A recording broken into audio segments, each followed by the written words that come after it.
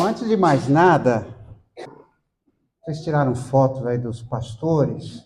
Eu gostaria que tirasse uma foto minha, porque senão o pessoal vai achar que não existe pastor bonito nesse mundo. Desculpe, sabe que eu sou muito franco e muito humilde. Então...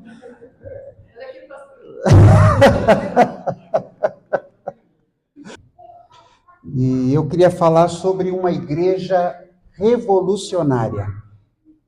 Uma igreja revolucionária. E o texto que eu escolhi para me basear está lá no Evangelho segundo Mateus, capítulo 5. Nós vamos ler do 13 ao 16. Olha só o que diz a palavra. Vocês são o sal para a humanidade. Mas se o sal perde o gosto, deixa de ser sal e não serve para mais nada. É jogado fora e pisado pelas pessoas que passam. Vocês são a luz do mundo. Não se pode esconder uma cidade construída sobre um monte. Ninguém acende uma lamparina para colocá-la debaixo de um cesto. Pelo contrário, ela é colocada no lugar próprio para que ilumine todos os que estão na casa. Assim também, a luz de vocês deve brilhar, para que os outros vejam as coisas boas que vocês fazem e louvem o Pai de vocês que está no céu.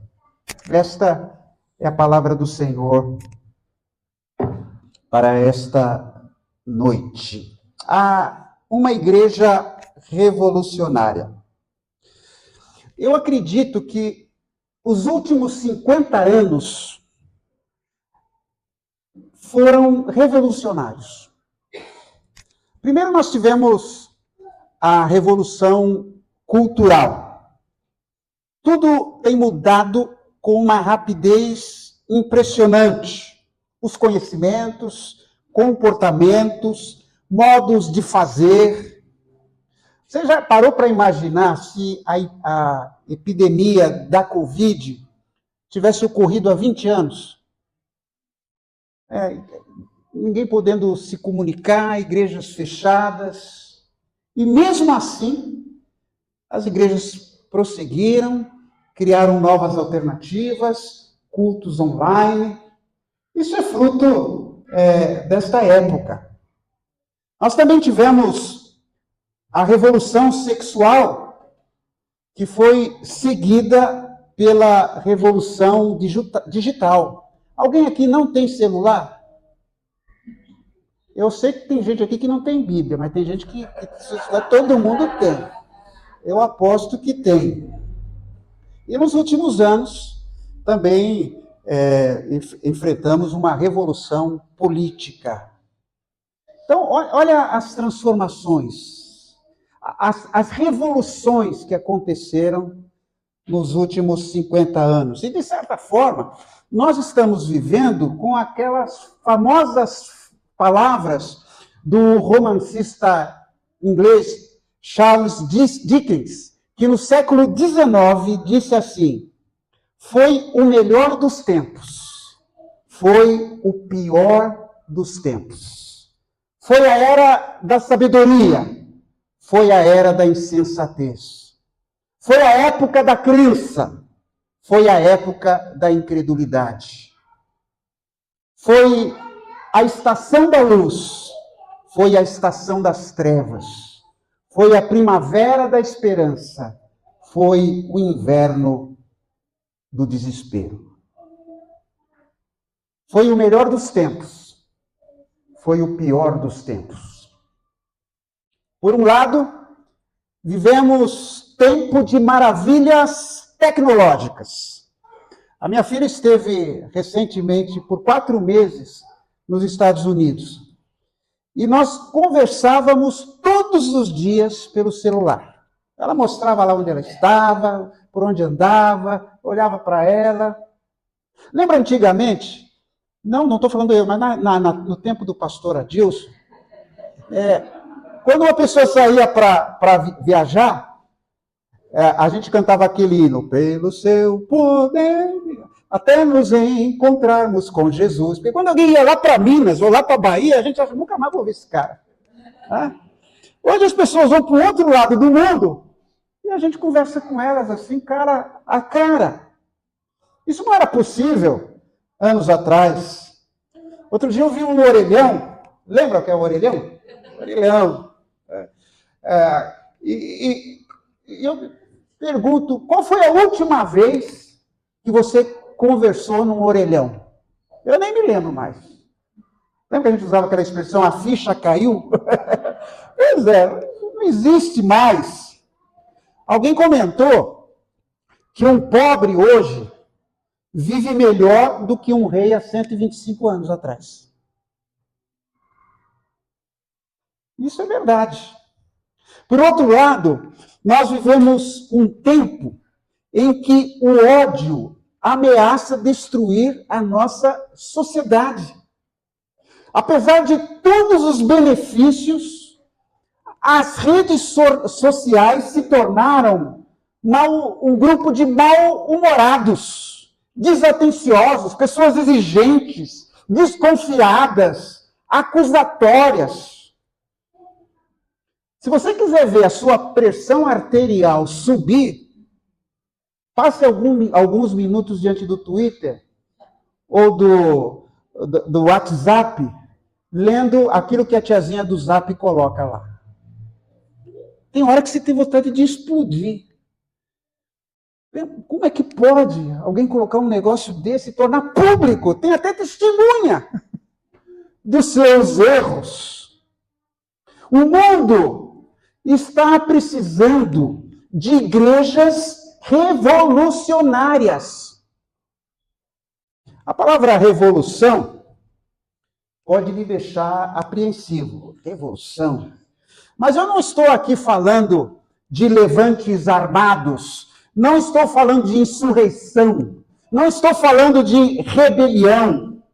Não se trata de ficar parado em frente a quartéis ou invadindo a sede dos 3 poderes em Brasília. Eu não estou falando disso por revolução. Eu estou falando de uma revolução do sal e da luz.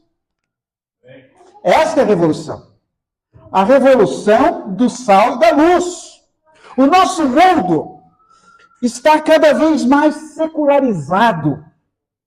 E nós não devemos nos surpreender de que a igreja tenha perdido a sua influência sobre a comunidade. E há muitas razões pelas quais isso acontece. E uma razão se destaca acima das demais. A razão é que nós deixamos de ser uma igreja do sal e da luz. A igreja perdeu a sua influência porque os cristãos não estão levando a sério a sua responsabilidade de ser sal e luz neste mundo. E como nós negligenciamos ser aquilo que Deus nos chamou a ser, o mundo decidiu nos ignorar. E o outro lado também é verdadeiro. Quando os cristãos decidem ser sal e luz, o mundo presta muita atenção ao que dizemos e fazemos. Eu sou de um tempo, não é tanto tempo assim, né?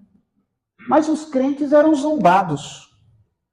Eu me lembro que eu estava na escola, eu era o único crente da sala. Isso foi no antigo ginásio.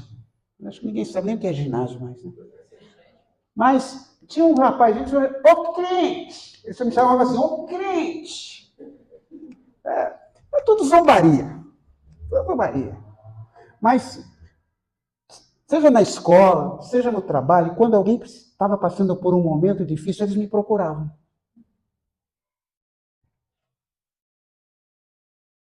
Quando nós somos sal e luz neste mundo, as pessoas nos procuram e nos ouvem.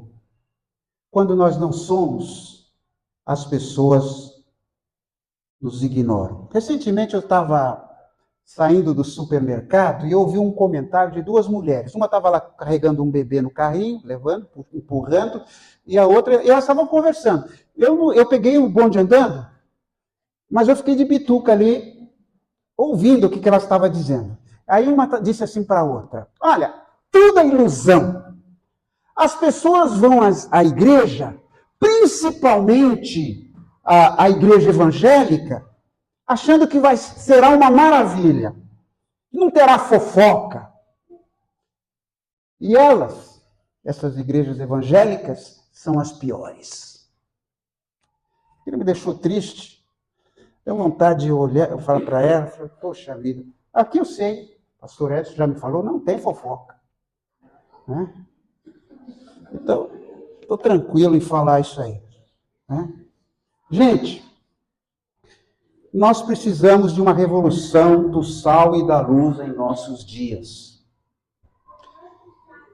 E o que é esta revolução? Primeiro, é sermos sal para a humanidade. E essas são as palavras de Jesus. Mateus 5,13. Vocês são o sal para a humanidade. Mas se o sal perde o gosto, deixa de ser sal e não serve para mais nada. É jogado fora e pisado pelas pessoas que passam. O que Jesus quis dizer? Sabe que o sal era uma das substâncias mais comuns do mundo antigo. Os soldados romanos recebiam o seu pagamento em sal. Não sei aqui se alguém já foi lá na empresa, deram 15 quilos de sal para você como pagamento. Né? A nossa palavra salário vem do latim salarium, que é sal, dinheiro do sal. E até existiu uma expressão naqueles tempos, aquela pessoa não vale nem o sal que come. Então, isso nos lembra o alto valor que o sal tinha nos tempos bíblicos. O sal tem 5 usos principais. Primeiro, o sal tempera os alimentos. Quase tudo aquilo que a gente come tem um pouco de sal.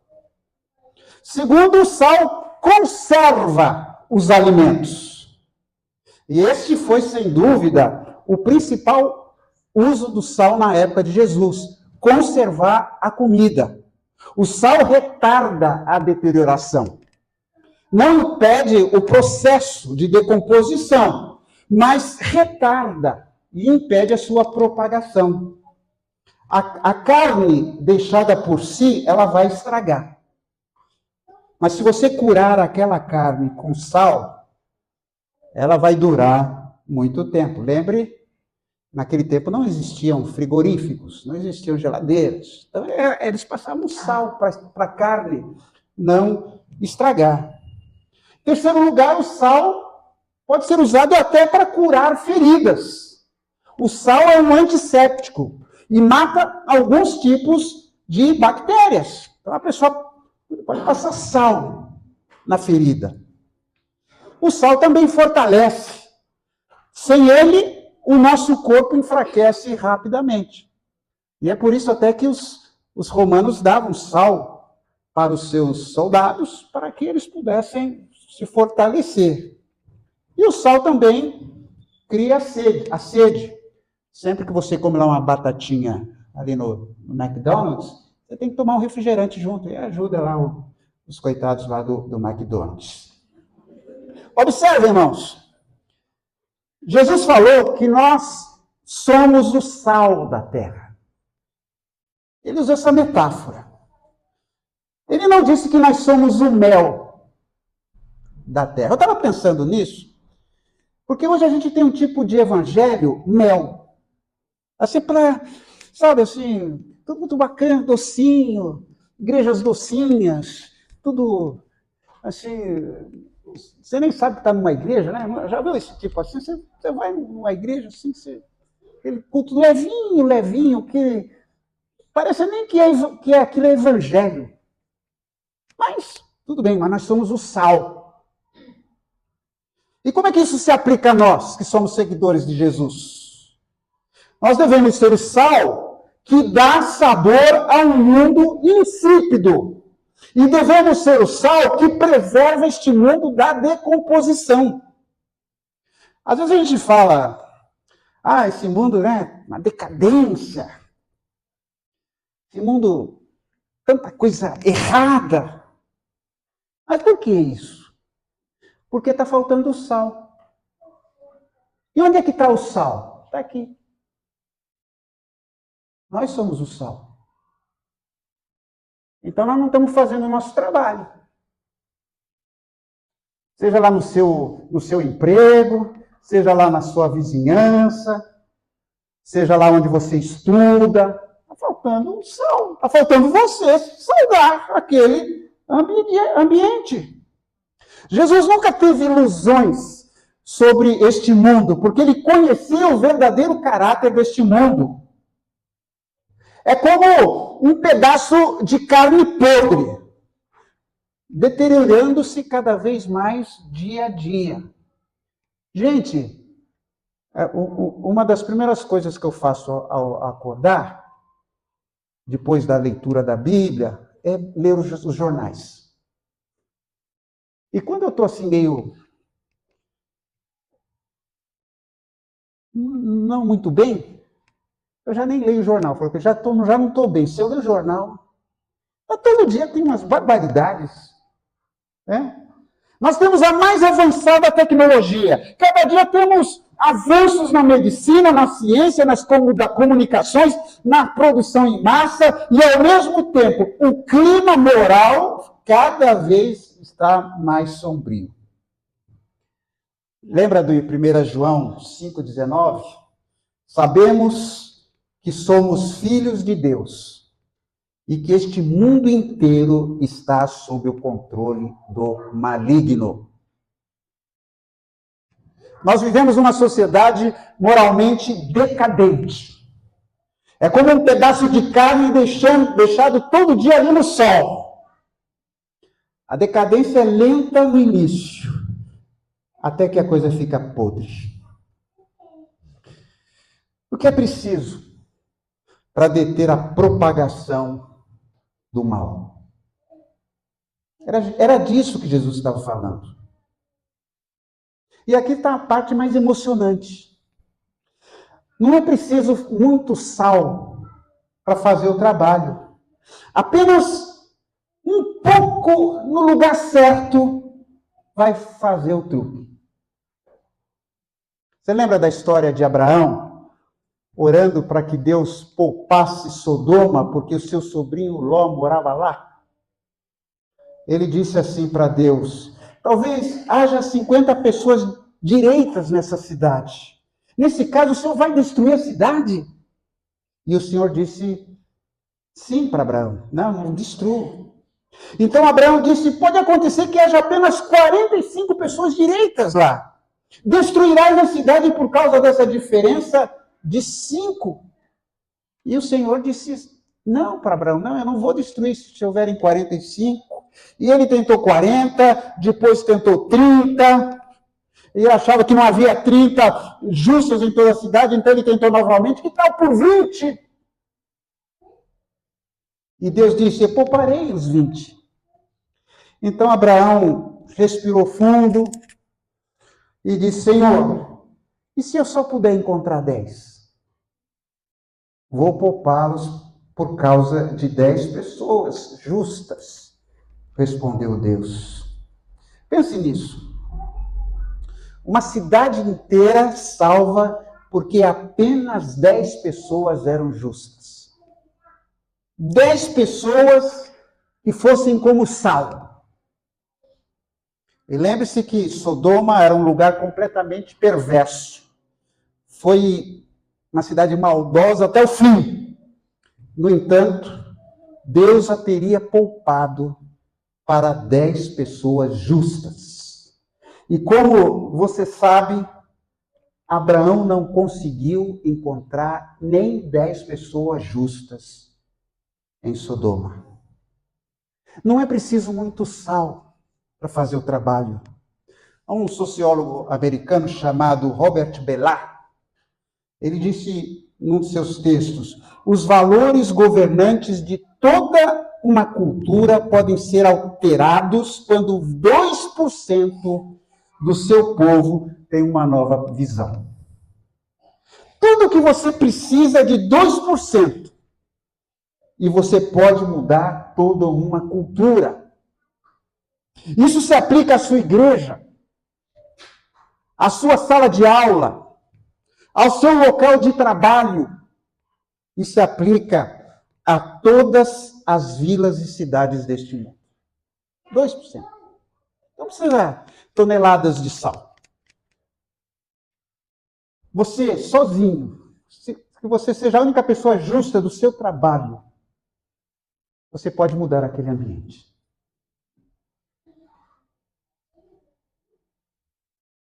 É hora de o sal sair do saleiro e entrar na sopa. Há sempre razões para a gente ficar no saleiro. Vamos pensar aqui o saleiro assim como este prédio aqui. Tão bom esse ambiente, né? Eu fico olhando aqui para os irmãos. Todo mundo assim, uma carinha de santinhos. Eu só não estou vendo a auréola na cabeça do pastor Adilson, mas nos demais... essas músicas. Hoje parece que a banda, se a banda tivesse me pedido aqui para escolher os hinos, eu teria escolhido eles, porque são os hinos que eu gosto. São todos hinos bonitos. Até do cantor cristão, eu gosto. Não, mas gosto mesmo.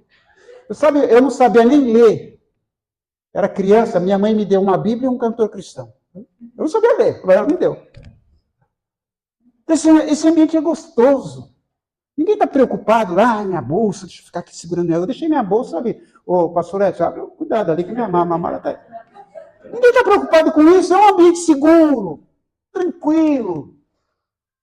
Mas aqui não é o lugar para a gente ficar preso.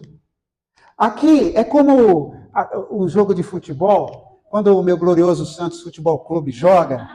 Então, dá aquele show no primeiro tempo, e depois vão lá no vestiário, descansar, receber algumas instruções do técnico, tomar alguma coisa lá, aí depois volta para o segundo tempo. Meus irmãos, aqui, esse espaço aqui, é o nosso intervalo. A gente está aqui, olha, amanhã é segundona brava. Amanhã volta tudo aquela rotina, é metrô, é ônibus, é congestionamento, é o chefe no seu pé, cobrando produtividade. Mas aqui você deu uma reabastecida. Aqui é o saleiro, mas a gente precisa lá fora para trabalhar. O sal não foi feito para ficar no saleiro. O sal é para minha comida. Enquanto o sal ficar no saleiro, não vai adiantar de nada. Mas quando o sal entra na sopa, duas coisas acontecem. O sal se dissolve e o caráter da sopa é mudado para sempre. E aí a gente desaparece. Você pode desaparecer, mas a sua salinidade mudará o mundo para melhor. Um punhado de cristãos salgados pode mudar uma sala de aula, um bairro, um escritório, uma empresa e até uma nação. Então, meus queridos santos salgados, vamos para o mundo, para a glória de Deus. Mas essa não é a história toda. A revolução é também para sermos luz para este mundo. Vocês são a luz para o mundo. Não se pode esconder uma cidade construída sobre um monte. Ninguém acende uma lamparina para colocá-la debaixo de um cesto. Pelo contrário, ela é colocada no lugar próprio para que ilumine todos os que estão na casa. Assim também a luz de vocês deve brilhar, para que os outros vejam as coisas boas que vocês fazem. Pastor Edson, abre aqui esse copo. Eu acho que quem inventou esses copos não tem mãe. Porque é a coisa mais difícil abrir um copo de água desse. Você já tentou? É um negócio terrível. Desculpa fazer você aqui de... Não é difícil? Estou te falando que é difícil. Não tem sal, não.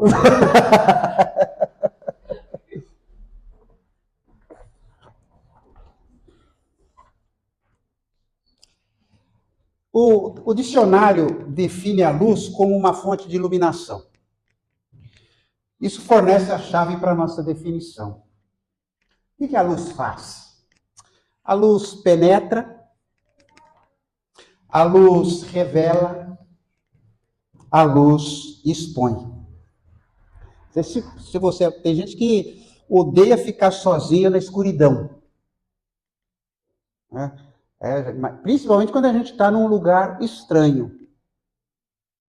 Eu, quando acordo à noite, eu acendo luz, porque eu já conheço todo o meu ambiente lá. Mas quando você está num lugar desconhecido, é difícil. Então, a luz é muito útil na nossa vida. A luz de vocês deve brilhar para que os outros vejam as coisas boas que vocês fazem. E a chave nesta pequena frase é para que os outros vejam. Se você acender uma luz numa sala vazia, ela dissipará a escuridão, mas ninguém a verá. Da mesma forma, você pode viver a vida cristã em segredo, mas ninguém será ajudado. Eu me lembro uma vez uma conversa que eu tive com uma pessoa, e ela falou, olha, eu servi no exército, ficou não sei quanto tempo lá no exército, e eu falei para ele, puxa, deve ter sido difícil para você como crente, ficar ali naquele ambiente do exército e tal. Ele me respondeu assim, não foi não, ninguém soube que eu era crente. Cara de pau ainda nem mentiu, né? Se você quiser fazer a diferença, ela deve brilhar diante das pessoas, a sua luz. Alguém deve ver a luz antes que ela faça qualquer bem.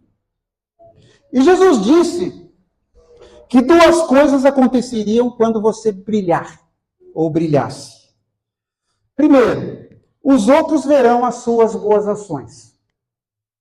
A palavra bom aqui significa atraente, bonito, amável. Jesus está dizendo que as pessoas serão atraídas pela beleza da sua vida. Outros serão atraídos a Cristo pelo modo como você vive. Eles verão a sua bela vida. Quando você diz uma boa palavra sobre Jesus, quando você sorri para uma pessoa, isto é uma boa ação. Quando você envia uma mensagem encorajadora, alguém que está passando por um momento difícil, quando você faz um bolo e leva um pedaço de bolo para o seu vizinho, ou quando você visita alguém doente ou enlutada, quando você ajuda alguém a trocar o pneu do carro, tudo isso são boas ações que atraem pessoas para Jesus. Este é o evangelismo apoiado por uma personalidade vitoriosa. Há uma palavra que é atribuída a São Francisco de Assis, outros contestam, mas a frase é boa. Pregue o evangelho e, se for necessário, use palavras. Eu acho que as duas coisas estão ligadas, as palavras. Mas também tem que haver vida. Muitas vezes a vida é um ponto de partida para você usar palavras. Alguém já disse para você, o que você tem de tão diferente? Por que você é assim, tão especial? Por que você é uma pessoa tão amável, tão prestativa, tão paciente? Aí você tem a razão para dizer, aí você vai pregar a palavra. Eu estava numa reunião recentemente e eu estava dizendo que está cada vez mais difícil evangelizar. Muita gente odeia os crentes. Já viu nas mídias sociais? O que estão falando sobre os crentes? Não é porque eles brilham, mas por aquilo que postam nas suas mídias sociais. Às vezes a gente posta ódio, posta mentira, posta ignorância, incompreensão. Olha, observe o que Jesus disse. Para que vejam as coisas boas que vocês fazem. Jesus poderia ter dito assim, olha, brilha a sua luz para que elogiem os seus grandes pregadores. Ou para que admirem os seus belos templos. Ou para que aplaudam a sua harmoniosa banda. Ou concordem com a sua doutrina. Ele poderia ter dito isso, mas não disse. Ele simplesmente disse, quando eles virem a maneira como vocês vivem. Porque aí acontece uma segunda coisa. As pessoas darão o crédito a Deus. O texto diz, louvem o Pai de vocês que está no céu. Essa é a influência que nós temos. Podemos levar pessoas a olharem para Deus. Nós podemos levá-la das trevas para a luz. E é simples. Nós brilhamos e Deus recebe o crédito. E aqui está o porquê. A luz nunca chama atenção para si mesma. Quando as pessoas veem uma cidade lindamente iluminada, elas não elogiam a luz. Elas elogiam os arquitetos. Quando a gente se reúne em torno de uma mesa, num jantar, numa ceia, nós não elogiamos a luz, nós elogiamos as pessoas que fizeram aquela mesa, que fizeram aquela comida. Quando a nossa luz brilha para aqueles que estão ao nosso redor, eles veem a beleza das nossas obras. A escuridão cai e Deus recebe o crédito.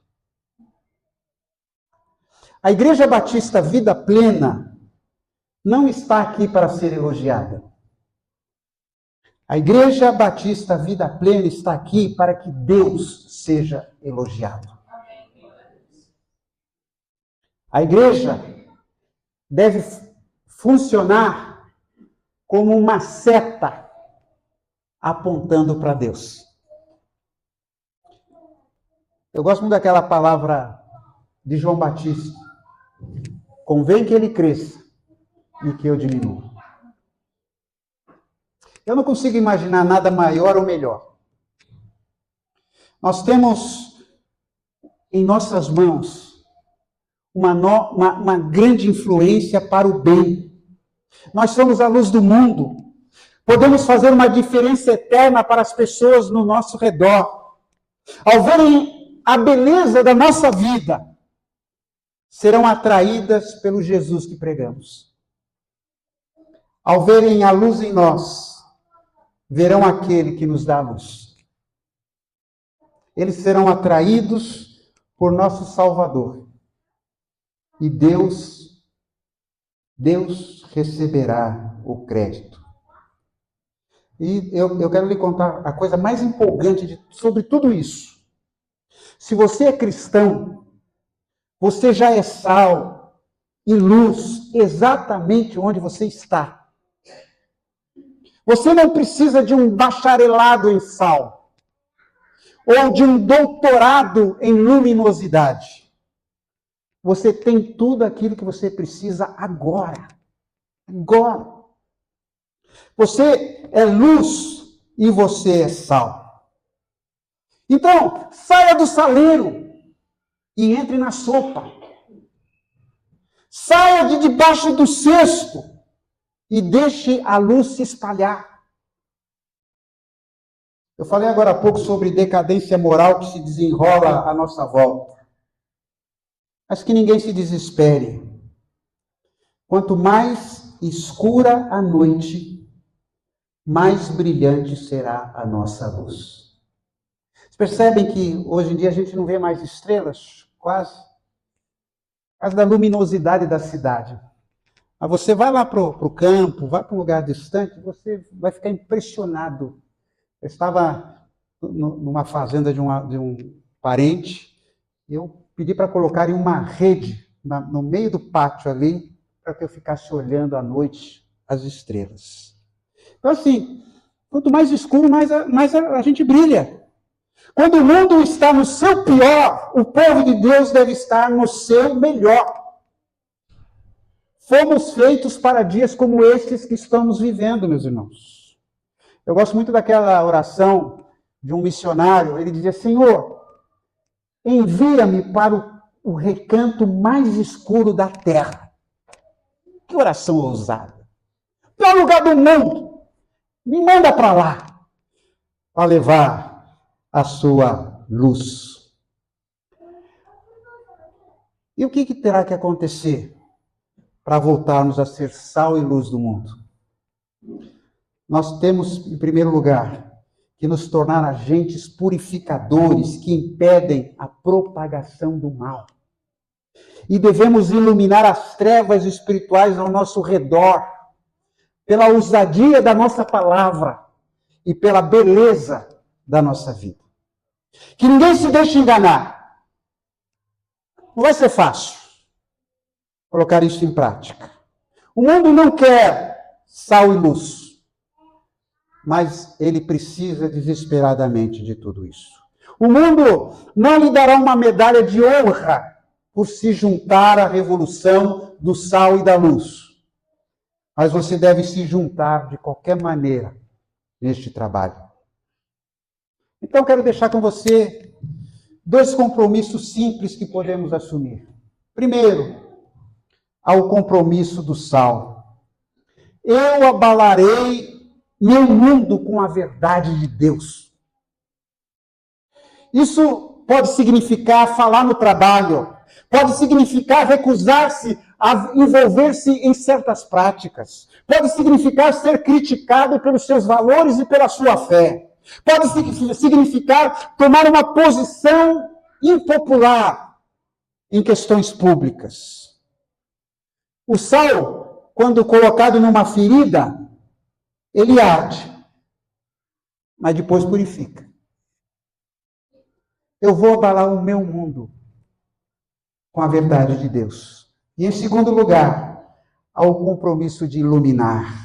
Eu serei ousado e belo para que os outros possam ver a beleza de Cristo em mim.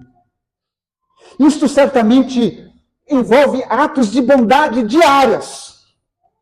Você pode ter que arregaçar as suas mangas e se envolver com pessoas machucadas. Pode significar se desviar do seu caminho para ajudar um amigo. Pode significar identificar-se abertamente como cristão. Provavelmente pode custar-lhe algum dinheiro ou algum tempo. Mas lembre-se que a função primária da luz é revelar coisas como elas realmente são. Quando você faz o seu trabalho, as pessoas começarão a falar sobre Jesus. Nós não podemos salvar o mundo, mas nós podemos fazer diferença. Não podemos fazer tudo, mas nós podemos fazer alguma coisa. E o que podemos fazer, devemos fazer.